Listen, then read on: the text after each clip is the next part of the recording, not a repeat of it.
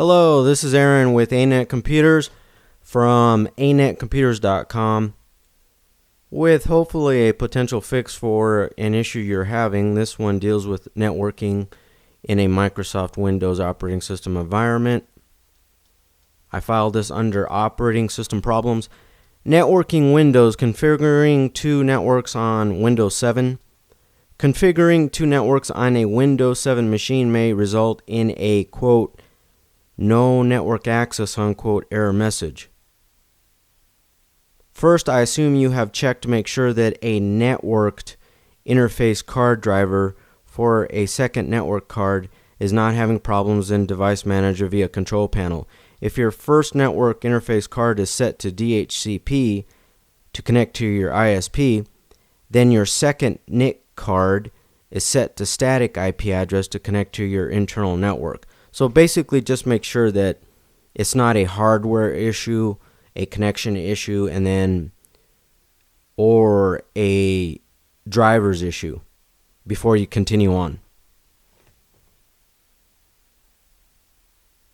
So basically what this blog post, what this tutorial, or what these possible tips that will hopefully fix your issue is, if you're trying to network on Windows 7, two networks, you have an outside network, which is the internet, which is a public IP address. Then your internal network is your private IP addresses.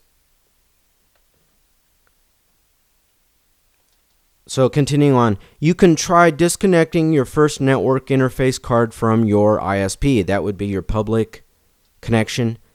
And trying to set up your second network interface card with a static IP address that is on the same subnet as your internal network for testing purposes. You should be able to at least ping your internal network devices by putting that second network interface card on that same subnet as an internal network is set up on. For example, your LAN NIC card has an internal IP address, private IP address of 192.168.1.1 with a subnet mask of 255.255.255.0. You can leave your gateway blank, or you can set it to your same IP address as your DNS server. In this case, if it was a private IP address on the same subnet, it would then be 192.168.1.2. And then that's your gateway. Then your DNS would be the same address, 192.168.1.2. You have to give your correct gateway address so it can get outside of that network and then on to the next network. Your internal network device could have an IP address of 192.168.1.2 on a 255.255.255.0 subnet mask. This is all dependent on if you are using a hub, switch, or router to connect your second network interface card to your external network devices. Don't forget to try adding your Windows computer to a same work group or domain that your domain server is on. Let's say you're just trying to set up a simple internal Windows network at your home or office, but you want to share the same internet connection. You only have one internet connection, whether it's DSL, cable, or satellite. But you want to be able to access the outside world, the public internet on all your computers. With Windows 7 was a little bit more tedious, a little bit more convoluted and complex than previous operating systems like Windows XP. Windows XP was basically you enable file and printer sharing, and then you put your Windows XP machines on the same work group with the same exact name, and then you make sure that your IP addresses are on the same subnet with the same subnet mask and the same gateway and the same DNS server. Windows 7, there was some intricacies. There's out of the box, it doesn't always work correctly. Microsoft added some security features. You still have to enable file and printer sharing, but then of course Windows 7 graphical user interface is different, and that, confuse people, etc. But basically the same rules apply.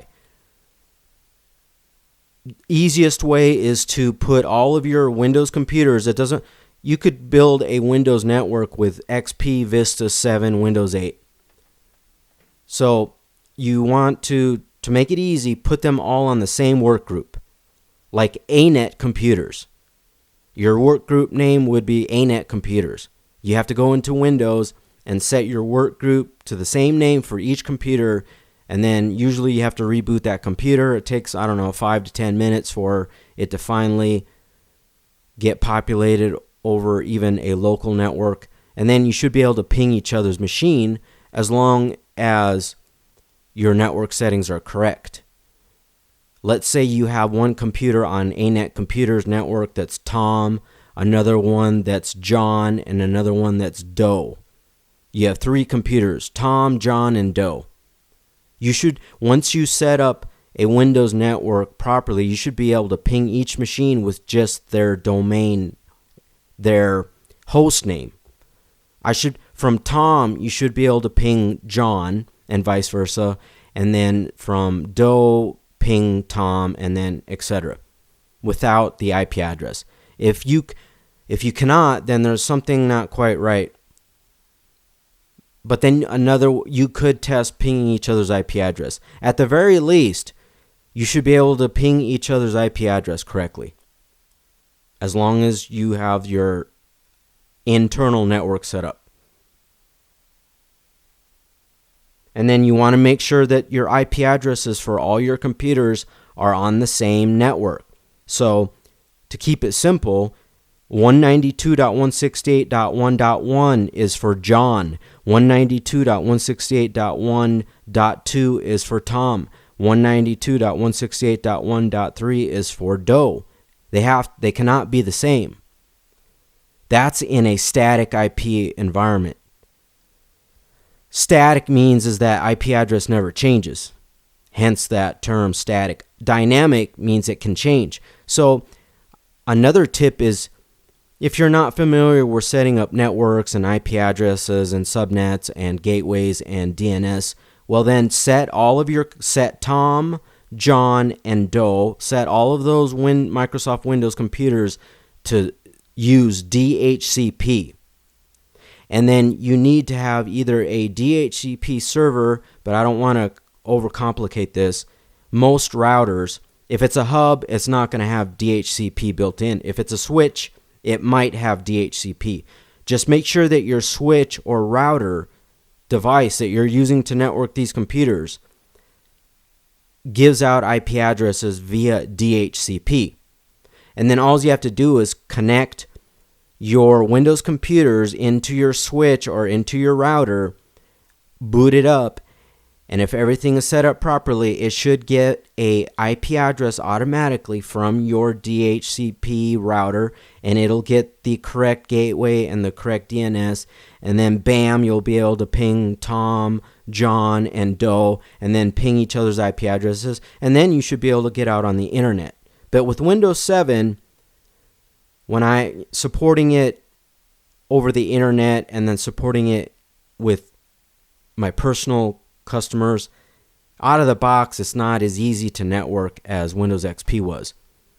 So let's go out to Microsoft, and they have a configuring multiple gateways on a network. So this is basically for configuring exactly what that title is, but multiple gateways on a network. So you want to network your private home or business network so that it can share printers or share the same internet connection. So you're connecting 2 networks together. Configuring multiple gateways on a network. And then since you're configuring more than one network, each network has a gateway, and they have to be able to talk to each other. That's where Windows 7 is it might be problematic out of the box. It might not be for you, but for some people it has been. If you have multiple network adapters in your computer and you configure a default gateway for each adapter, which creates a default route in the IP routing table for all destinations that are not located on the subnet, information on your network might not be routed to the correct destinations if you connect to disjoint networks, separate networks that are not designed to communicate directly. Only a single gateway is used for all destinations that are not located on the subnet, even when you configure multiple default gateways. An example of this is when a computer is connected to both an intranet with multiple subnets and the internet. With a default gateway configured for both adapters, you can either communicate with all computers on the internet or all computers on the internet, but not both. That could be a big problem, right? To solve this problem, do the following. And then before I continue on, I will make sure that in the notes for this YouTube video that I include a URL, a link to my blog post that has the link to this Microsoft article so that you can easily find it, so that you can read it on your own time if you need to. So, configure a default gateway for the network adapter that's connected to the network with the most routes, usually the network adapter that's connected to the internet. Don't configure a default gateway for any other network adapter. Instead, use static routes or dynamic routing protocols to add the routes for the other disjoint networks to the local IP routing table. If the routing infrastructure uses Routing Information Protocol, or RIP, for IPv4, you can turn on RIP Listener in Windows, which allows your computer to learn other routes on the network by listening to broadcast RIP messages and then adding IPv4 routes to the routing table. If the routing infrastructure doesn't use RIP, you can't use RIP listening. The alternative is to use the route add -p command to manually add the individual routes to the IPv4 routing table. For IPv6, you must use the netsh command, netsh space interface space IPv6 space add space route command to configure a default gateway. Number 1, open network connections. This is for Windows 7. So just a caveat, these instructions are basically for Windows 7.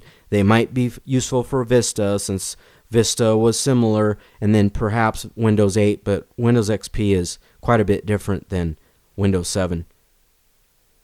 Open network connections by clicking the Start button and then clicking Control Panel in the search box, type adapter, and then under Network and Sharing Center, click View Network Connections. Number 2, right-click the network adapter that you want to configure a default gateway for, and then click Properties. If you're prompted for an administrator password or confirmation, type the password or provide confirmation. Number 3, click the Networking tab. Number 4, under this connection, uses the following items. Click either Internet Protocol version 4 TCP/IPv4 or Internet Protocol version 6 TCP/IP version 6, and then click Properties. Number 5, in the dialog box it appears, select either obtain an IP address automatically or use the following IP address. I highly recommend to use obtain an IP address automatically. That's DHCP. And then again, all you have to do is make sure that your router or switch has DHCP enabled and it will pass out IP addresses. Otherwise, then if you use the following IP address, then you have to enter in static IP addresses. Then you have to make sure you get the right subnet and get the right gateway and then get the right DNS address. But if you have a lot of experience, but you just, for whatever reason, you couldn't get Windows 7 to network via 2 different networks, the internet, public network, and your private, well then, by all means, set it to static. Or you just might want to use static IP address. Maybe that's one convenience with a static IP addressing network, is then you can statically permanently set those IP addresses, and then maybe it's easier for you to remember. Then as far as keeping a inventory of your IP addresses, or just for whatever reason. But if you just want to get your Windows 7 network all your computers to work as quick as possible, just accept the default and then use obtain an IP address automatically. The Internet Protocol version 4, TCP/IP Transmission Control Protocol, Internet Protocol version 4 properties dialog box. As you can see, if you configure the network adapter to obtain an IP address automatically, the default gateway is assigned by the DHCP server. If you specify an alternate configuration, IPv4 only, the default gateway is the IP address in the default gateway box on the alternate configuration tab. You can only specify one default gateway. If you manually specify an IP address configuration, the default gateway is the IP address in the default gateway box on the general tab up above here. As you can see, it's grayed out, but you see here under obtain an IP address automatically, which in Windows it's set by default. You could select use the following IP address. Then you have to set your own IP address. You have to set your subnet mask, and then you have to set a default gateway. If you do not get those correct, it's not going to work. You have to make sure that your IP address is on the same network so that you can talk to other computers. Or, well, let me clarify. Your IP address must be on the same network as your default gateway, which is your next switch or next router that it talks to. Then you have to use the same subnet mask that network switch and that network router is on. And then same with the default gateway. The default gateway is your switch or your router. It's just another term for your switch or router. Let me give you an example. Let's try to keep it simple. You have a switch and or router that uses the IP address 192.168.1.100. If you ping that IP address and it's set up properly, you should get a response. That's your default gateway. A default gateway is the same thing as a switch or router. So under default gateway, you would set 192.168.1.100 so that that computer can talk to that router or switch, which is really the default gateway. Then all you have to do is set the same subnet mask. It might be 255.255.255.0, which is pretty standard. And then an IP address, but you cannot use the same IP address. You have to set a different IP addresses.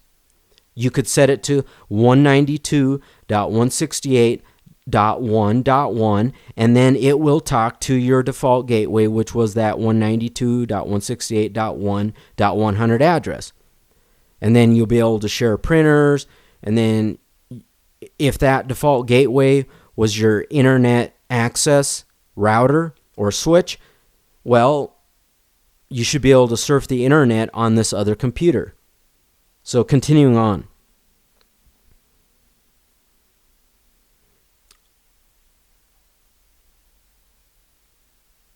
And then as you can see, there's an alternate configuration, but again, that might be for a different video, but that's more convoluted and complex. But there is an alternate configuration tab. To turn on RIP Listener, number 1, open programs and features by clicking the start button, clicking control panel, clicking programs, and then clicking programs and features. Number 2, in the left pane, click turn Windows features on or off. If you're prompted for an administrator password or confirmation, type the password or provide confirmation. Number 3, select the RIP Listener checkbox and then click OK. And then here's instructions to manually add routes for IPv4. You might not have to do this, but I'll quickly go over the two, but I'm not going to go over the parameters. Number 1, open the command prompt window by clicking the start button. In the search box, type command prompt, and then in the list of results, click command prompt. It will open up a black command window with the C prompt and then a cursor box. Number 2, at the command prompt, type route space -p space add, and then destination, mask, net mask, gateway, metric, and then those are the parameters. The following table describes the parameters for the route -p add command. I'm not going to go over them, but again, I will provide a link to my blog post on my website, anetcomputers.com, so if you need this information, you can quickly get to it. And then scrolling down, and then I'm not going to go over IPv6 because a lot of people don't even use it yet. So, but there's instructions to manually add routes for IPv6 as well as those parameters. I'm not going to go over those. So that's basically it. I wanted to try to keep this as simple as possible, but in case you are having problems configuring multiple gateways on a network, again, to me this might be advantageous for you if you're just trying to set up your own small network at work or at home, and you only want to network 5 computers or 10 computers, really not that many. And then you just want to create a simple work group. So you go in and you add all your computers onto the same work group, ANET computers or whatever your work group is. Or you could lead the default. By default, out of the box, Windows 7 is set to work group. And then I think Windows XP out of the box by default is set to work group, and then I think Vista. So you could just leave it that way. Or you could change it to something that's more apropos for you. It's your free choice, whatever you want to do. But you have to make sure that all your computers are on the exact same work group or domain. But talking about a domain is for another video. It's a lot more convoluted and complex. Work groups are just quick and easy. Those are just basically for a small network. There are some limitations, but for 5 or 10 or 20 computers, I think a work group is an excellent option because it's quick, and then all you have to do is make sure that file and printer sharing are enabled. And then if you want to share files, that's another video, but you have to make sure that a folder or whatever that you want to share is enabled. But this was for the networking part of it, not necessarily with a work group or a domain, but that's a little bit part of it. And then you want that network that you just created to share the same internet connection or to share the same printers. So then you might have to do a little bit of troubleshooting. It might not work out of the box with Windows 7, or you want to network, you have some computers with Windows XP, and then you have some computers with Windows Vista, and they aren't talking to each other. And so hopefully what I went over, some of these tips or some of these topics and subtopics will hopefully help you out, and so that you are able to get your small network working and talking to another network. So you can always browse to anetcomputers.com for other possible potential fixes for your most common computer problems. Thank you for listening.